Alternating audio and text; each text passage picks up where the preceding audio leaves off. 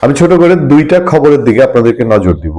তার আগে একটু মনে করিয়ে দিই, কয়েকদিন আগে কারাবন্দী জয়েদ আহমেদ পলক, আওয়ামী লীগের সাবেক এমপি মন্ত্রী, তিনি প্রিজন ভ্যানে জয় বাংলা স্লোগান দিয়েছিলেন এবং আদালতেও সম্ভবত দিয়েছিলেন, এবং বাংলাদেশের জাতীয় সঙ্গীত আমার সোনার বাংলা আমি তোমায় ভালোবাসি গানটি গিয়েছিলেন।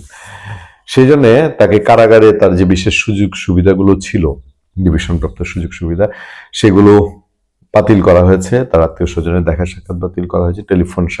টেলিফোনের যে সুযোগ সুবিধা ছিল ফ্যামিলির সঙ্গে কথা বলে, সেগুলো বাতিল করা হয়েছে। সেদিন আমরা বলেছিলাম যে একটা আইন বাংলাদেশে কোথায় আছে, যেটা কাদের স্মৃতিকে প্রশ্ন তুলেছিলেন যে বাংলাদেশের জয় বাংলা বললে, স্লোগান দিলে গ্রেফতার হতে হবে, এইটা কোন আইনে আছে, এটা একটু পরিষ্কার। অথবা যদি একটা অধ্যাদেশ জারি করা হতো যে জয় বাংলা স্লোগান এটা ফেসিবাদ হ্যান তেন, এরকম যা ইচ্ছা একটা প্রজ্ঞাপন জারি করলে বলতে পারতাম যে এই প্রজ্ঞাপন অনুযায়ী আপনারা কেউ জয় বাংলা স্লোগান খানা দিবেন না। এখন দেখেন আমাদের সামনে যে পত্রপত্রিকার যেসব খবর, সেই খবরগুলোতে কি আমরা জানতে পাচ্ছি যে এই জয় বাংলা স্লোগান এতই অপরাধ। ধরেন যে এর মধ্যে গতকালকে 15 ডিসেম্বর আমরা দেখলাম যে মনোনয়ন পত্র কিনতে গিয়েছিল যুবলীগ এক লোক, তাকে অ্যারেস্ট করা হয়েছে, ডিবি অ্যারেস্ট করেছে। পরে বলা হচ্ছে যে তিনি জুলাই আন্দোলনে মামলার আসামি। আচ্ছা, দেখেছি যে ফুল দিতে গিয়েছে বিজয় দিবসে, সে ছাত্রলীগের লোক, ছাত্রলীগ কর্মী। তো কেন ফুল দিতে গেল, তাকে ধরে নেওয়া হয়েছে। এবারের খবর হচ্ছে যে আমি যে দুটো খবরের দিকে আপনাকে নজর দিব। পাবনার ঈশ্বরদীতে বিজয় দিবসের শহীদদের প্রতি শ্রদ্ধা জানানোর পর মুক্তিযোদ্ধাদের জয় বাংলা স্লোগান দেওয়াকে কেন্দ্র করে হট্টগোল হয়েছে। এ সময় মুক্তিযোদ্ধার এক সন্তানকে মারধর করে স্থানীয় কয়েকজন। তাহলে কি আপনি আর ব্যাখ্যা দিবেন বলেন? স্বাধীনতা যুদ্ধটা কি দিয়ে হয়েছিল? জয় বাংলা স্লোগান দিয়ে। জয় বাংলা স্লোগানটা দিলে পরে পাকিস্তানিদের আত্মা একদম খাঁচার পাখি উড়ে চলে যেত। তো এখন জয় বাংলা স্লোগানটা মুক্তিযোদ্ধারা যদি দেয়, কেন দেওয়া যাবে না? তাহলে এখনো কি পাকিস্তান বাবাজিরা, যারা এই দেশে খুব এখন সানন্দে স্বাচ্ছন্দ্যে আসা যাওয়া করতে পারছেন, যে ওই তাদের অতিথিরা তাদের এই জয় বাংলা স্লোগান শুনলে তাদের আবার পিলে চমকে উঠবে, আবার সেই 55 বছর আগের কষ্ট মনে পড়ে যাবে, এই জন্য জয় বাংলা স্লোগানটা নিয়ে হট্টগোল লাগায় দেয় কেউ স্লোগানটা দিলে পরে? মঙ্গলবার সকাল 10টার দিকে ঈশ্বরদী শহরের আলহাজ মোড়ে মুক্তিযুদ্ধের বিজয় স্তম্ভ প্রাঙ্গণে ঘটনা ঘটে। প্রত্যক্ষদর্শী সূত্রে জানা যায়, মহান বিজয় দিবস উপলক্ষে ঈশ্বরদীতে ভারতীয় প্রশিক্ষণপ্রাপ্ত বীর মুক্তিযোদ্ধাদের পক্ষ থেকে আনুমানিক সকাল 10টার দিকে, মানে ভারতীয় প্রশিক্ষণপ্রাপ্ত বীর মুক্তিযোদ্ধাদের পক্ষ থেকে সকাল 10টার দিকে আলহাজ মোড়ে মুক্তিযুদ্ধের বিজয় স্তম্ভে পুষ্পার্ঘ্য অর্পণ করা হয়। এর নেতৃত্বে ছিলেন মুক্তিযুদ্ধকালীন কোম্পানি কমান্ডার মুক্তিযোদ্ধা কাজী সদরুল হক সুধা। শ্রদ্ধা জানানোর পরপরই উপস্থিত বীর মুক্তিযোদ্ধারা প্রথমে মুক্তিযুদ্ধের হাতিয়ার গর্জে উঠুক আরেকবার বলে বেশ কয়েকবার স্লোগান দেন। বিজয় স্তম্ভের সামনের সারিতে মুক্তিযোদ্ধা সদরুল হক সুধা ও মুক্তিযোদ্ধা আবুল বাশার বাদশাহ ছিলেন। স্লোগানের শেষের দিকে মুক্তিযোদ্ধা সদরুল হক, আবুল বাশার সহ অন্যরাও হঠাৎ জয় বাংলা বলে কয়েকবার স্লোগান দিয়ে চলে যাওয়ার সময় সেখানে উত্তেজনা ছড়িয়ে পড়ে। সেখানে উপস্থিত কিছু লোকজন মুক্তিযোদ্ধাদের জয় বাংলা স্লোগানের প্রতিবাদ জানান। এক পর্যায়ে মুক্তিযোদ্ধাদের সঙ্গে তাদের হট্টগোল বাঁধে। মুক্তিযোদ্ধাদের বেশ কয়েকজনের নাম উচ্চারণ করে তাদের খুঁজতে থাকে স্থানীয়রা।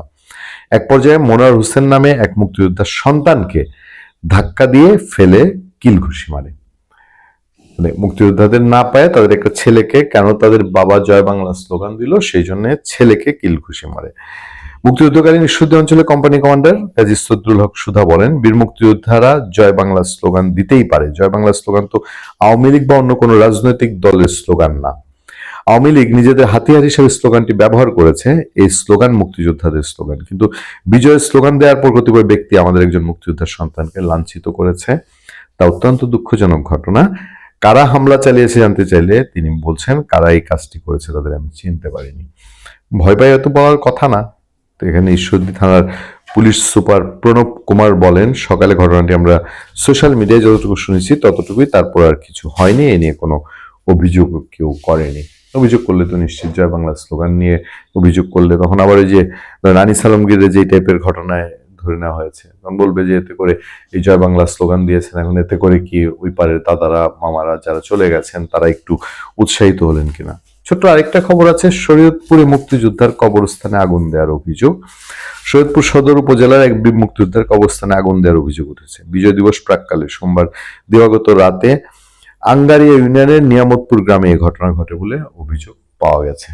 চিন্তা করে দেখেন, একজন মুক্তিযোদ্ধার কবরের মধ্যে গিয়ে আগুন দিয়ে দিছে। পুলিশ ও পরিবার সূত্রে জানা যায়, শরীয়তপুর সদর উপজেলা আঙ্গারিয়া ইউনিয়নের নিয়ামতপুর গ্রামের বাসিন্দা আব্দুল মান্নান খান বীর মুক্তিযোদ্ধা। 2010 সালে 8 জানুয়ারি তিনি মারা যান। বসত ঘরের পাশে পারিবারিক কবরস্থানে তাকে দাফন করা হয়। বীর মুক্তিযোদ্ধা আব্দুল মান্নানের 2 ছেলে 2 মেয়ে। স্বামীর মৃত্যুর পর স্ত্রী মাহফুজা বেগম এক ছেলে ও এক মেয়েকে নিয়ে নিয়ামতপুর গ্রামে বসবাস করেন। মঙ্গলবার সকালে মুক্তিযোদ্ধা আব্দুল মান্নানের মেয়ে আফরুজা আক্তার কবরস্থানের এক পাশে আগুনে পুরানো কিছু খড়ের ছাই দেখতে পান। খেয়াল করবেন, পরে তিনি বিষয়টি স্থানীয় প্রশাসন মুক্তিযোদ্ধাদের জানান। দুপুরে ওই গ্রামে গিয়ে দেখা যাচ্ছে যে পালং মডেল থানার ভারপ্রাপ্ত কর্মকর্তা শাহ আলম সহ পুলিশের একটি টিম তদন্ত করছে। সিআইডি একটি টিমকে আলামত সংগ্রহ করতে দেখা গেছে। মুক্তিযোদ্ধা আব্দুল মান্নানের মেয়ে তিনি বলেন, আমাদের বসত ঘরের পাশেই পারিবারিক কবরস্থান, সেখানে আমার বাবার দাফন হয়। আজ সকালে ঘুম থেকে জেগে কবরের পাশে গেলে দেখি কবরস্থানের এক পাশে কিছু ছাই পড়ে আছে। রাতের আধারে আমার বাবার কবরে কে বা কারা আগুন দিয়েছে। আমাদের সঙ্গে কারো শত্রুতা নেই। কে কি কারণে আগুন দিয়েছে তা আমরা বলতে পারবো না। আমি বিষয়টি প্রশাসনের মুক্তিযোদ্ধাদের জানিয়েছি, তার মেয়ে বলছেন। আর ওসি একটা বক্তব্য দিয়েছেন। ঘটনাস্থলে পালং মডেল থানার ওসি শাহ আলম তিনি বলেন, আমরা ঘটনাস্থলে এসে দেখলাম বসতঘরের পাশে একটি পারিবারিক কবরস্থান রয়েছে। সেখানে বীর মুক্তিযোদ্ধা আব্দুল মান্নান খানের কবর রয়েছে। কবরস্থানের এক পাশে কিছু খড়ের ছাই পড়ে আছে। মনে হচ্ছে কেউ হয়তো আগুন দিয়েছে। আমরা বিষয়টি তদন্ত করছি, অভিযোগ পেলে আইনি ব্যবস্থা গ্রহণ করা হবে।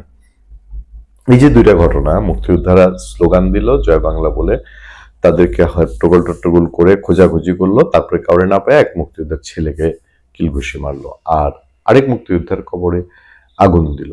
আমাদের কাছে আসলে খুব অবাক হওয়ার কি খুব কিছু আছে। বাংলাদেশে তো কবর থেকে তুলে সেটা আগুনে পুড়িয়ে দেওয়ার ঘটনা ঘটেছে। কবরের উপরে ঘাস পুড়িয়ে দেওয়া হয়েছে।